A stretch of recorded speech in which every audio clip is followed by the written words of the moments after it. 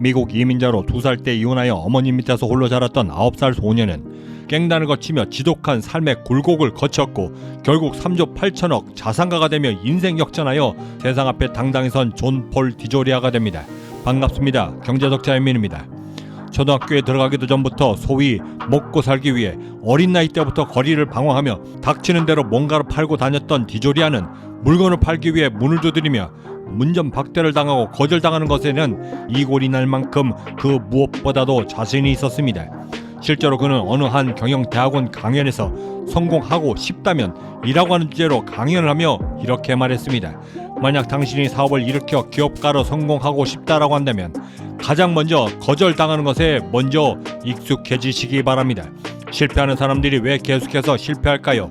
그 이유는 거절당했을 때 굴욕감을 견디지 못하고 거절이 거듭될 때마다 애도 자존감에 큰 타격을 입어 스스로 자신이 이루었던 그 모든 것들을 다 포기하기 때문인 것입니다. 이를 뛰어넘지 못하고서는 절대 성공할 수 없습니다. 당시 22살이었던 디조리아는 어느 날 퇴근하고 돌아와 몇 달이나 밀렸던 집세 때문에 집문 앞에서 내쫓겨진 짐들과 함께 서로를 끌어안고 울고 있던 아내와 당시 2달도 채 되지 않았던 아들을 보며 오열하지 않을 수 없었습니다. 하지만 그는 자신이 가장 두려워했던 것을 절대 두려워하지 않겠다라고 다시 한번 결심했고 그 두려움에서 절대 도망치지 않겠다라고 다시 한번 다짐하게 됩니다. 그리고 당시 그가 그토록 도망치고 싶었던 그 두려움은 바로 자기 자신을 포기해 버리는 것이었습니다. 그는 다시 일어섰습니다. 그리고 자신이 갖고 있던 유일한 재능인 세일즈로 다시 한번 더 재기하기 위해 몸부림을 쳤지만 당시 미국의 인플레이션은 그 어느 때보다도 살인적이었고 실업률은 역대 최고인 10%대, 거기에 은행 대출 이자마저도 천정부지로 치솟아 17%의 고금리 시대였습니다.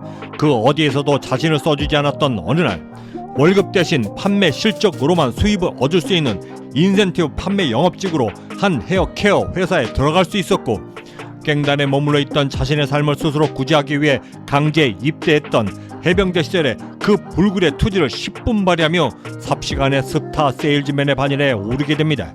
그리고 그는 그 화려했던 경력을 인정받아 한 국제 미용 대회에 참가할 수 있게 되었고 그곳에서 인생에서 2번 다시 만날 수 없는 평생 사업 파트너를 만나게 됩니다. 불행을 이용하라.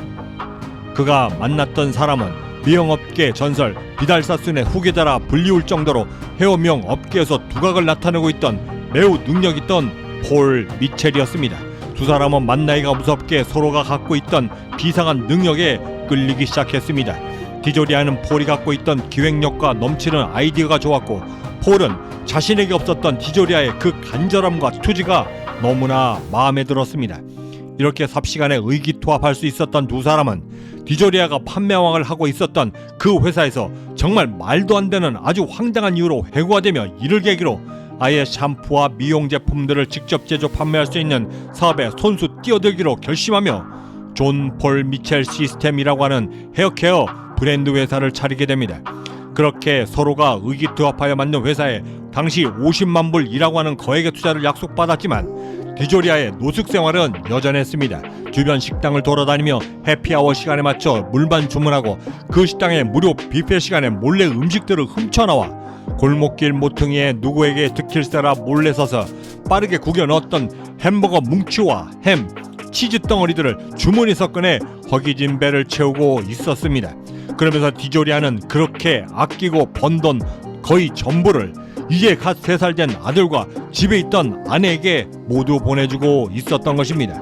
그날도 그렇게 가진 돈 전부를 아내에게 붙여주고 아무 일 없었다는 듯이 무료 주차장에 세워두었던 폐차 직전의 차에 지친 몸을 누리했을 때 갑자기 전화 울리며 청천벽력과도 같은 소리를 접하게 됩니다.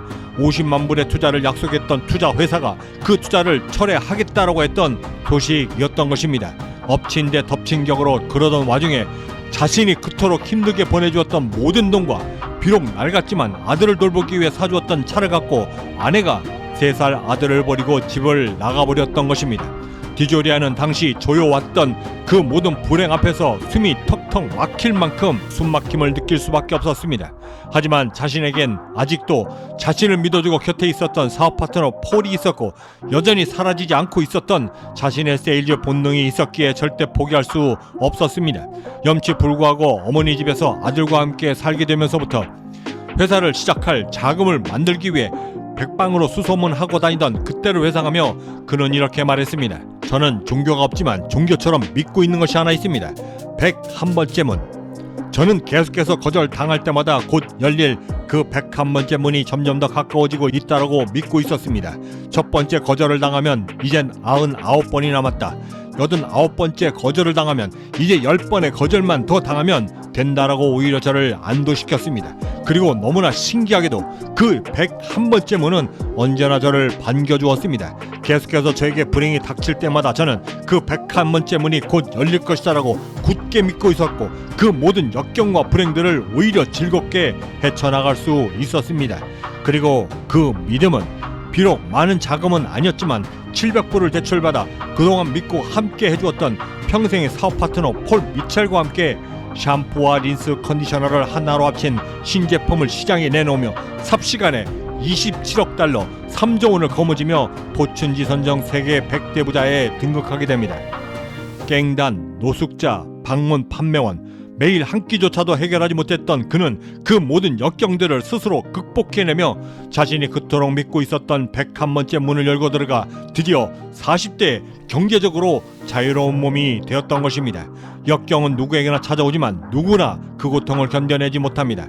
하지만 우리는 계속해서 전진할 것인가 아니면 세상의 무게대로 그대로 주저앉을 것인가를 선택할 수 있는 선택의 힘은 갖고 있습니다. 마지막으로 디조리아가 전하는 역경을 이겨낼 수 있는 성공한 사람들의 마인드셋, 성공 비결 3가지를 전해드리며 마칠까 합니다. 경제적 자유민은 행복한 부자를 꿈꿉니다. 그리고 보통 사람들의 평범한 꿈들이 모여 비범해질 수 있도록 함께 만들어 나가는 공동체 채널이기도 합니다. 구독과 좋아요, 알림 설정은 그 거대한 꿈을 시작하실 수 있는 아주 작은 실천의 시작이 될 것입니다. 지금까지 경제적 자유민이었습니다. 감사합니다. 역경을 이겨낼 수 있는 성공 마인드 첫 번째, 매사에 최선을 다하는 당신을 세상은 언제나 지켜보고 있다. 피하고 싶은 힘든 일도 겪고 싶지 않은 불행도 모두 똑같이 성공한 사람들에게도 닥칩니다. 단지 차이가 있다라고 한다면 계속해서 실패하는 사람들은 그 일을 실제로 피하지만 성공한 사람들은 오히려 그 일이 닥칠 때마다 언제나처럼 최선과 성실로 대한다는 것입니다. 두 번째, 간절함으로 거절을 이겨내라. 디조리아는 9살 때부터 학교 대신 거리에서 뭔가를 팔아야만 했습니다. 한 번은 거리에서 50센트짜리 꽃을 팔고 있을 때 지나가던 거의 모든 사람들이 너무 비싸다라고 말하며 손사래를 쳤습니다. 하지만 9살 디조리아는 그 50센트가 너무나 간절했고 절대 포기할 수 없었습니다. 그리고 9살 디조리아는 근처 식당에 무작정 들어가 다짜고짜 웨이트리스 누나들에게 꽃을 내밀었습니다. 그때 그는 평생 잊을 수 없는 매우 귀한 성공 영감 하나를 얻게 됩니다. 너무 비싸다라고 말하며 손사래쳤던 그 꽃을 너무 싸다라고 말하며 그 자리에서 산 것입니다. 그때 그는 알게 됩니다. 포기하지 않고 절박함을 간절하게 붙들고 있으면 언제든 방법이 생긴다는 것을. 그리고 그는 그때부터 습관처럼 거절을 당할 때마다 웃을 수 있는 마음의 단단함을 얻게 됩니다. 세 번째, 세일즈 하지 않아도 되는 제품을 팔아라. 이건 평생을 판매업을 했던 디조리아의 성공 철학이었습니다. 그는 어렸을 적부터 거리를 떠돌며 사람들을 상대로 제품을 판매할 때마다 하나의 기준이 생기게 됩니다. 내 스스로가 인정되지 않는 거짓 제품, 품질이 나쁜 제품을 파는 것은 세상에서 가장 힘든 일이고 마음이 내키지 않는 제품을 파는 것은 사기와도 같다는 것을 알게 됩니다. 그러면서 그는 무언가를 팔 때 자신 스스로가 인정하고 확신할 수 없는 제품을 팔 수 있을 때라야 비로소 당당히 팔 수 있고 비록 돈을 주고 파는 것이지만 사람들에게 도움을 줄 수 있는 제품을 팔 때 자신이 자부하며 팔 수 있다라고 하는 성공 원칙을 세우게 됩니다. 그렇지 못하면 그 대가는 반드시 자신에게 되돌아온다는 것을 함께 알게 됩니다.